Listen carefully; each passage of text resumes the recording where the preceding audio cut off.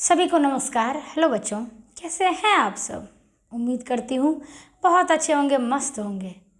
और आज तो पता ही है आज क्या है, आज संडे है और संडे को हम लोग का एक एपिसोड होता है जिसका नाम है गणित की सफ़र।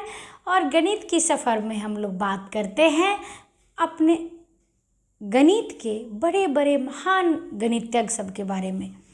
तो जैसा कि आपको पता है कि हमने रेने डेस्कार्ट साहब, पाइथागोरस साहब, रामानुजन साहब और किसके बारे में, कार्ल फ्रेडरिक गॉस, यानी 4 एपिसोड हम लोगों ने कर लिया है कंप्लीट। आज हम लोगों का 5वां एपिसोड है और आज हम लोग जो बात करने वाले हैं, आप लोग जो 9th-10th के बच्चे हैं वो तो हमेशा ही थेल्स प्रमेय, थेल्स को पढ़ते होंगे। तो आज हम लोग बहुत ही महान गणितज्ञ थेल्स साहब के बारे में जानने की कोशिश करेंगे। तो जैसा कि आपको पता है कि हमारे थेल्स साहब बहुत बड़े गणितज्ञ थे, उनका ज्योमेट्री में बहुत ही ज़्यादा योगदान है। ऐसा तो कभी कभी कहा जाता है कि ज्योमेट्री का पिता भी कहा जाता है, लेकिन कभी इस दर्जा दिया जाता है, कभी नहीं भी दिया जाता है, लेकिन ज्योमेट्री में बहुत ज़्यादा योगदान है हमारे थेल्स साहब का। तो हमारे थेल्स साहब का जन्म जो है आप देख रहे हैं यहाँ पे 625 BC में, यानी बिफोर क्राइस्ट, और उनकी मृत्यु कितने में हो गई थी, 545 BC में, बिफोर क्राइस्ट। इन्होंने अपने जीवन काल यानी पूरे 78 लगभग ईयर्स में जो है बहुत सारा रिसर्च किया उन्होंने। उनका पूरा जीवन रिसर्च में ही यूँ कहा जाए तो बीता। एक बहुत बड़े दार्शनिक थे, एक बहुत बड़े समाजविद थे, एक बहुत बड़े चिंतक थे, एक बहुत बड़े मैथमेटिशियन थे। उनका कहना था nothing is more active than thought, for it travels over the universe। उनका कहना था कि हमारे थॉट से ज़्यादा एक्टिव दुनिया में कुछ भी नहीं है। पूरे यूनिवर्स में हमारे थॉट्स चलता रहा। आपको पता ही है कि आप अभी सोचेंगे लंदन में होते, लंदन में ऐसा होगा वैसा होगा, तुरंत आप यहाँ हैं, तुरंत आप कहाँ के बारे में सोच सकते हैं। तो उनका कहना था कि nothing is more active than our thought, for it travels over the universe. ये पूरे यूनिवर्स ब्रह्मांड में चलते रहते हैं, ठीक है। और इसी तरह से थेल्स साहब का जन्म होता है और उनका जन्म जो है मिलाइटस कहा जाता है उनको। ये पहले जो है एशिया माइनर कहा जाता था और अभी ये वर्तमान में इसको टर्की कहा जाता है, ठीक है। और उनका जन्म होता है टर्की में, जो अभी का टर्की है, पहले हमको एशिया माइनर कहा जाता था। उन्होंने अपने जीवन काल में यानी कि उन्होंने शादी नहीं की, लेकिन उम्र के बढ़ते पड़ाव पे उन्हें लगा कि मुझे किस बच्चे की ज़रूरत है सेवा करने के लिए। तो उन्होंने क्या किया, अपने भतीजे के बेटे को गोद लिया, ठीक है। और आपको पता है कि उनके पिताजी का नाम एग्जामेस थे और उनकी माँ का नाम कैलियोब्लिन थे। उनके पिताजी का नाम एग्जामेस, उनके माँ का नाम कैलियोब्लिन थे। और इस तरह से वो अपना जीवन के यात्रा में उन्होंने बहुत ज़्यादा समय मैथमेटिक्स में बिताया। उनका ज़्यादा से ज़्यादा जीवन जो है इजिप्ट में बीता और इसीलिए उनको कहा जाता है ग्रीक मैथमेटिशियन, ठीक है। उन्होंने ये जो आपका सोलर इक्लिप्स होता है, सूर्य ग्रहण लगता है 28 मई 585 BC में जो सूर्य ग्रहण लगा था, उनका भविष्यवाणी वो 10 साल पहले कर दिए थे कि इस दिन को सूर्य ग्रहण लगेगा। तो आप सोच सकते हैं कि थेल्स साहब का विजन कितना बड़ा था और कितने बड़े वो साइंटिस्ट थे, ठीक है। वो एक इंजीनियर भी थे। उन्होंने मैथमेटिक्स में बहुत बड़े बड़े अपना लॉजिक बताए। उन्होंने similar triangles, right angle triangles और बहुत सारे हाइट एंड डिस्टेंस का आप बात करते हैं ना, ये सब जो है राइट एंगल ट्रायंगल के माध्यम से उन्होंने पिरामिड का जो हाइट था, आप पढ़ते हैं ना हाइट एंड डिस्टेंस में, तो राइट एंगल ट्रायंगल्स की मदद से उन्होंने पिरामिड की हाइट भी नाप दिए थे। तो आप सोच सकते हैं कि अपने थेल्स साहब कितने विजन के पक्के थे पिरामिड का हाइट। और उनके पीछे भी एक कहानी है कि उनका कहना था कि पूरे दिन में एक बार ऐसा होता है जिस टाइम में इंसान यानी कि मनुष्य का छाया उसके हाइट के बराबर होता है, और इस प्रकार से उस शैडो, अपना शैडो का ही इवैल्यूएशन कर करके उनके पास एक छड़ी थी, उसके मदद से करके उन्होंने क्या किया कि पूरे वो जो पिरामिड है उसकी हाइट की गणना उन्होंने कर दिया। ठीक है, डिस्टेंस जो होता है दो बिंदुओं के बीच के डिस्टेंस, उन्होंने वो सब चीज़ बता दिया। सॉलिड स्फीयर के बारे में उन्होंने बताया। उनका मानना था कि एवरीथिंग जो भी एग्जिस्ट करता है उसमें जीव है। ठीक है, और सब में आत्मा है। इवन कि वो ये भी कहते थे कि अगर मैग्नेट जो है आयरन को यदि अट्रैक्ट करता है अपनी तरफ, तो इसका मतलब है कि उसमें भी आत्मा है। बाद में जाके बहुत सारी बात, अब मॉडर्न साइंस ने बहुत सारी बात को गलत भी माना, लेकिन उन्होंने पूरा, उनको मतलब पूरा आस्तिक थे, उनको पूरा ये था, विश्वास रहता था कि सब चीज़ में आत्मा है। और आप जैसे जानते हैं कि पंच तत्व है ना, क्षिति जल पावक गगन समीरा, तो उसमें वो जल को सबसे इम्पॉर्टेंट मानते थे, क्योंकि उनका कहना था कि जल ही एक ऐसा चीज़ है कि जो कि सॉलिड भी रह सकता है, लिक्विड भी रह सकता है, गैसियस स्टेट में भी रह सकता है। तो वो कहते हैं कि जल ही सब कुछ है और सबसे इम्पॉर्टेंट जो है वो वाटर है।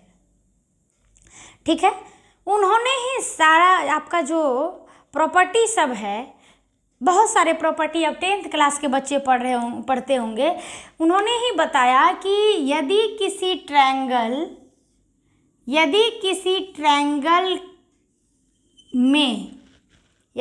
ट्रायंगल में किसी भी साइड के पैरेलल यदि कोई लाइन ड्रॉ किया जाए, ठीक है, तो ये जो लाइन है ये हमेशा,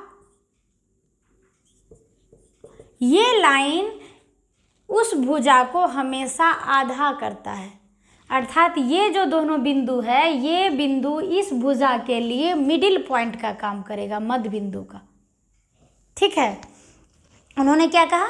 उन्होंने कहा कि यदि किसी भी ट्रायंगल में किसी साइड के पैरेलल यदि हम लाइन ड्रॉ करेंगे, तो वो लाइन हमेशा जो है जिस लाइन पे ड्रॉ किया गया है उसको हाफ करेगा। अर्थात ये जो है ये वाला दोनों सेम होगा, ये सेम होगा, अर्थात ये डी और ई जो है वो मिडिल पॉइंट हो जाएगा। समझ रहे हैं?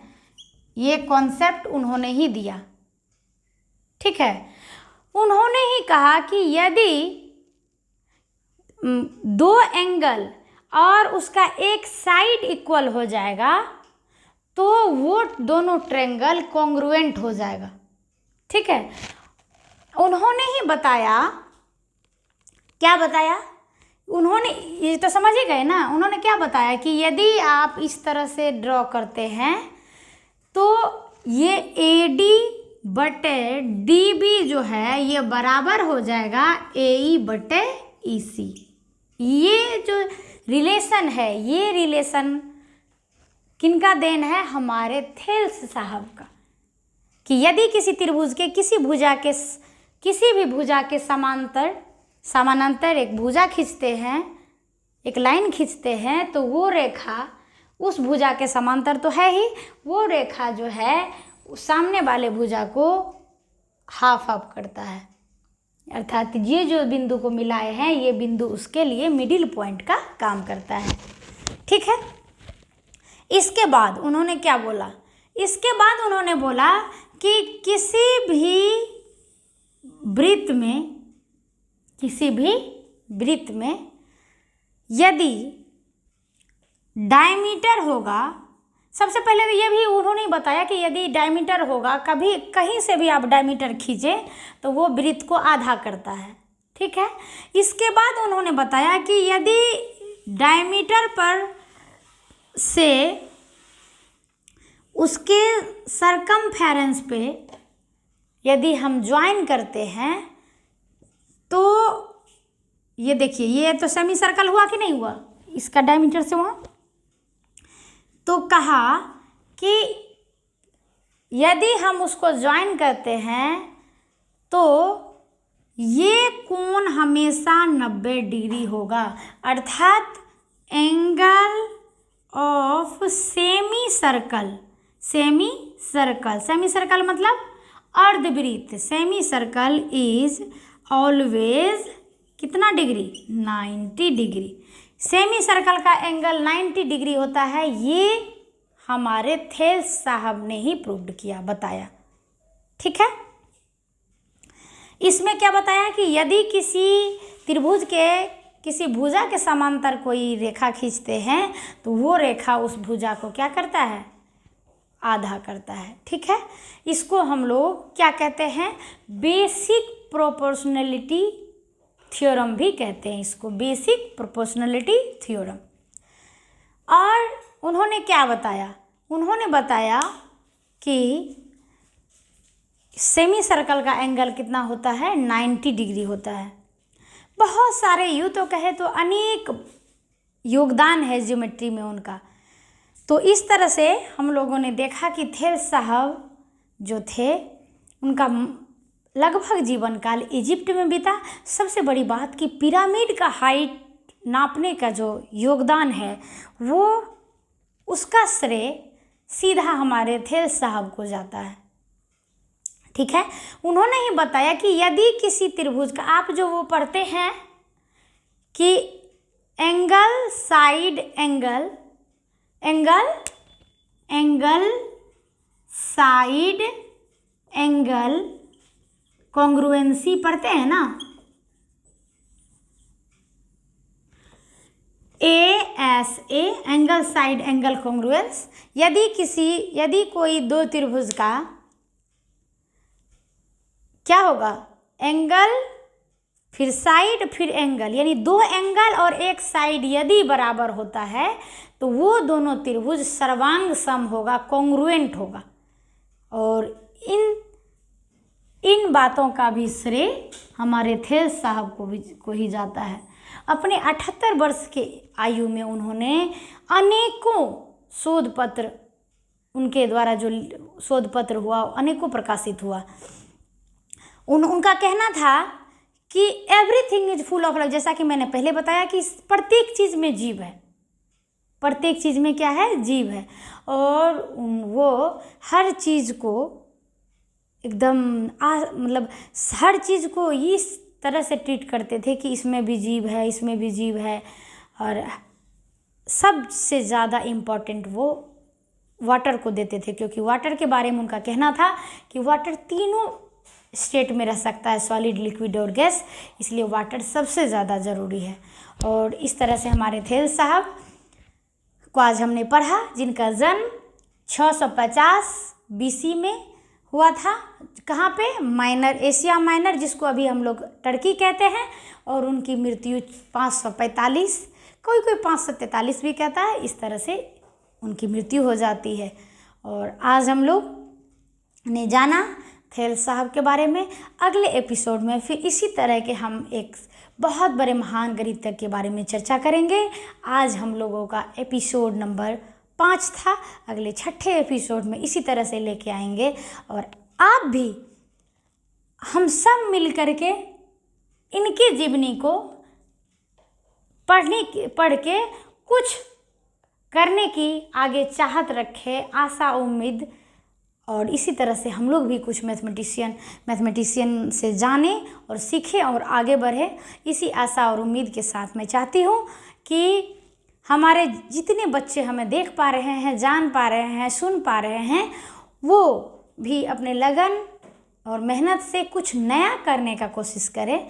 जैसा कि एक वाक्य है, करो कुछ ऐसा कि दुनिया करना चाहे आपके जैसा।